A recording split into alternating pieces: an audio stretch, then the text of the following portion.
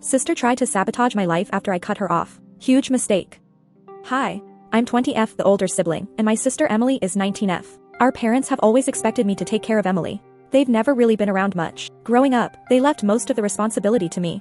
I helped her with homework, made sure she ate, and even listened when she needed to talk. It was always me. One time, it was my birthday, and I had my friends over for a party. I didn't have a lot of friends, but the ones I did have meant a lot to me. Emily, though, managed to embarrass me in front of everyone. She barged in and started telling stories about me, really personal stuff that no one needed to know. Everyone laughed, but I felt so small. I could see the look of pity in their eyes. It was awful. I couldn't even enjoy the rest of my party because of it. After that, things were tense between us. I didn't want to be around her, but our parents kept forcing us together. They didn't get why I was upset. They thought we should be best friends or something. They made me include her in everything I did. If I wanted to go out with friends, Emily had to come too. It made me resent her more.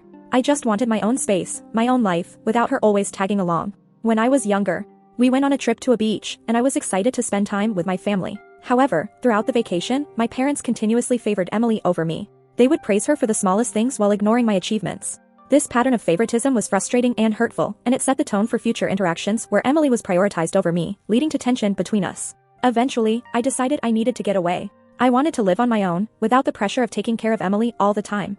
I started looking for a job so I could afford a place by myself. I knew it wouldn't be easy, but I needed to try.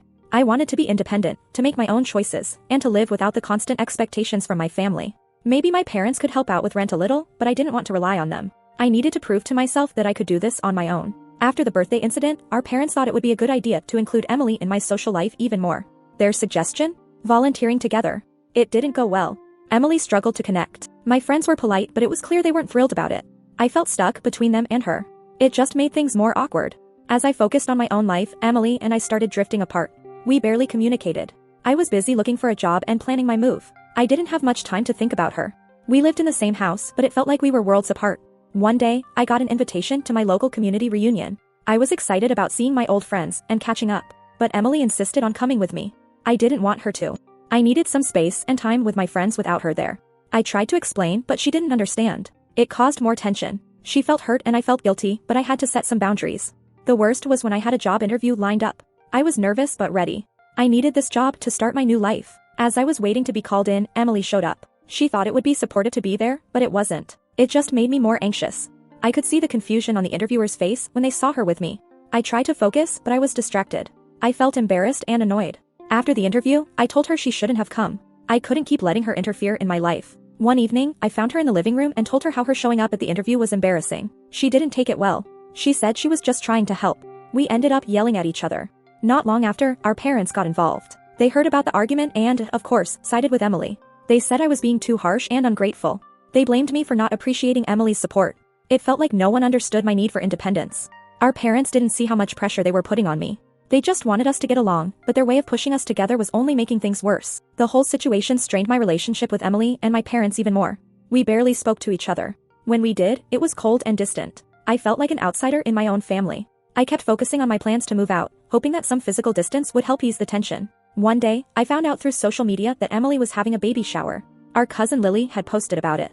I hadn't heard anything from Emily or our parents about it. I wasn't invited. Seeing the announcement felt like a punch in the gut. It was clear how bad things had gotten between us. Emily was moving on with her life, and I wasn't a part of it anymore. It hurt, but it also made me realize that maybe some space between us was what we both needed. It was sad to see our relationship deteriorate like this, but I hoped that one day, we might find a way to reconnect. Finding out Emily invited my friends to her baby shower but left me out was a new low. My friends were confused and felt awkward about the whole situation. They asked why I wasn't invited, and I didn't have a good answer. It made me resent Emily even more. Feeling hurt and excluded, I reached out to my grandma to talk about it. To my surprise, she offered me support. Grandma reminded me of my worth and how I deserved to be treated with respect and kindness. Her words were a source of solace during a difficult time. My friends were determined to stand by me, but they also knew a direct confrontation with Emily wouldn't solve anything. So, they hatched a daring plan, a silent protest. The day of the baby shower arrived. Dressed in their usual everyday clothes, they walked in with a quiet confidence that instantly contrasted the usual baby shower chatter. Emily, expecting the grand entrance they'd hinted at, was thrown off. They politely declined the offered pink cupcakes and avoided the baby-themed games. When Emily tried to rope them into a conversation, they just smiled. The silence spoke volumes. It was a stark contrast to the usual baby shower frenzy. Photos were inevitably taken. This quiet defiance was exactly what Emily couldn't handle. Unable to control the narrative or get a reaction, she was increasingly flustered. Later that day, the photos surfaced online. Was this a new trend? A social commentary? The speculation fueled the fire.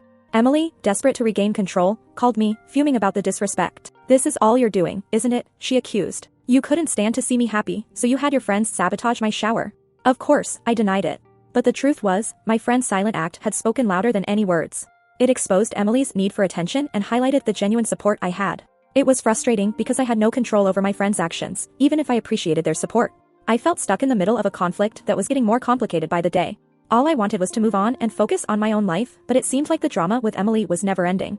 After the baby shower incident, I knew I had to try to clear things up with Emily. I reached out to her, trying to explain that I had nothing to do with my friend's attire. I told her they acted on their own, but she refused to listen. She was convinced that I was behind it and didn't want to hear anything different. It felt hopeless trying to make her understand. A few days later, my friends realized how their actions had made things worse. They decided to come clean. They reached out to Emily and explained their motive behind the attire choice. They told her they dressed that way out of frustration with how she was treating me, and it was their way of showing support for me, not to embarrass her. They apologized for any hurt they caused and clarified that I had no part in their decision. Emily was still upset, but she seemed to soften a bit after hearing from my friends. It didn't fix everything, but at least she knew I wasn't behind it. However, the tension between us remained high. With all this going on, I felt it was time to confront my parents about their bias towards Emily and their lack of support for me. One evening, I sat them down and laid everything out. I told them how their constant siding with Emily and pushing us together was hurting our relationship. I explained how their expectations had made me feel trapped and unappreciated. I told them about the birthday incident, the forced inclusion, and how Emily showing up at my job interview had affected me. During the confrontation with my parents, my partner, Liam, stood by my side. He spoke up for me, pointing out the unfairness and bias that had been affecting me for so long. His support meant a lot. It gave me the strength to keep going, even when my parents didn't seem to fully understand or acknowledge their bias. They repeated that they just wanted us to be close, but it was clear they didn't grasp how their actions had impacted me. Their response was disappointing. They didn't admit any wrongdoing or show much empathy for what I had been through. It was frustrating and made me realize that things might never change. Despite my efforts to communicate, they were stuck in their ways. After that confrontation, I made a tough decision. For my own well-being, I decided to cut off ties with my family. It wasn't easy, but I needed to put myself first for once. I couldn't keep dealing with the constant pressure and lack of support. I needed space to heal and grow without the constant reminder of how things had been. To help process everything I'd been through, I decided to seek therapy. I needed to work through my trauma and emotions in a healthy way. Therapy felt like the right step towards understanding myself better. Starting therapy was challenging, but it also felt like a relief. It was a space where I could talk openly about my feelings without judgment.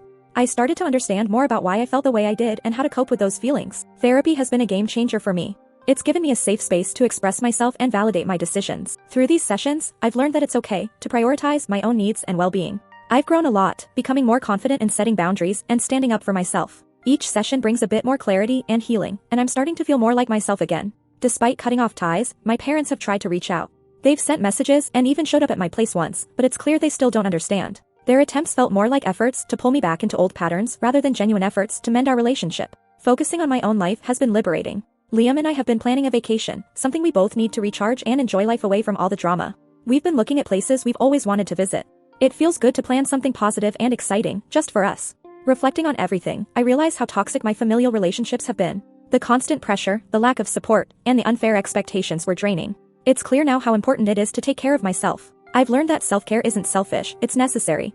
I want to encourage others to prioritize their mental health. It's so important to recognize when relationships are toxic and to remove those individuals from your life. It's not easy, but your well-being should always come first. Update 1. Despite my efforts to reconcile with my family, it proved futile. They still refused to acknowledge their wrongdoing. Every attempt at conversation ended in them defending their actions or trying to manipulate the situation. It was clear they weren't ready to change or understand my perspective. To cope with the emotional fallout from cutting off my family, I developed healthy coping mechanisms. Therapy helped me find ways to manage my feelings. I started journaling, which allowed me to process my thoughts and emotions. I also got into meditation and mindfulness exercises. These practices helped me stay grounded and calm, even when things felt overwhelming. During this time, I leaned on my supportive network of friends. Liam was always there for me, providing a listening ear and a shoulder to lean on. My friends rallied around me, offering their support. They reminded me that I wasn't alone and that I had people who genuinely cared about me. Having this support system made a huge difference. It showed me that family isn't just about blood relations, it's about the people who love and support you unconditionally. I'm grateful for the friends and loved ones who have stood by me and helped me through this journey. Update 2. As I continue to move forward, I remain committed to prioritizing my mental health and surrounding myself with positive, supportive people. It's a long road, but I know I'm on the right path. And I hope that others can find the strength to do the same for their own happiness. Setting firm boundaries has been a crucial step for me. I've learned to prioritize my mental well-being by clearly defining what I will and won't tolerate from others. It hasn't always been easy, but it's necessary. With those toxic dynamics out of my life, I've started to rediscover joy. I've been exploring hobbies I'd put aside, like hiking. I've also reconnected with old friends who bring positivity into my life. It feels amazing to wake up each day without the weight of constant family drama. Focusing on my career has also been incredibly rewarding. I channel my energy into my job, striving to improve my skills and take on new challenges.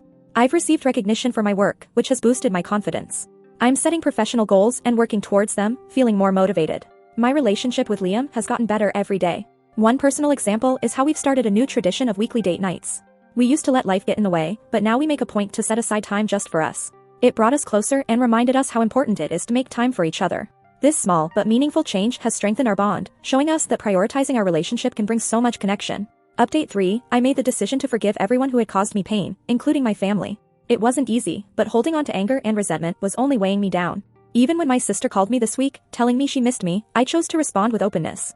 It felt freeing to let go of the past and move forward. I organized a small gathering with my closest friends. Instead of dwelling on the broken relationships with my family, we laughed, shared stories. It was a beautiful reminder that love and connection can be found in many places. I completed a challenging project at work that I had been putting off for months. Despite the doubts and fears that crept in, I pushed through and succeeded. Embracing new beginnings became a mantra for me. I decided to take a solo trip to a place I had always dreamed of visiting. This trip in particular filled me with a sense of excitement. It was a moment of pride and affirmation.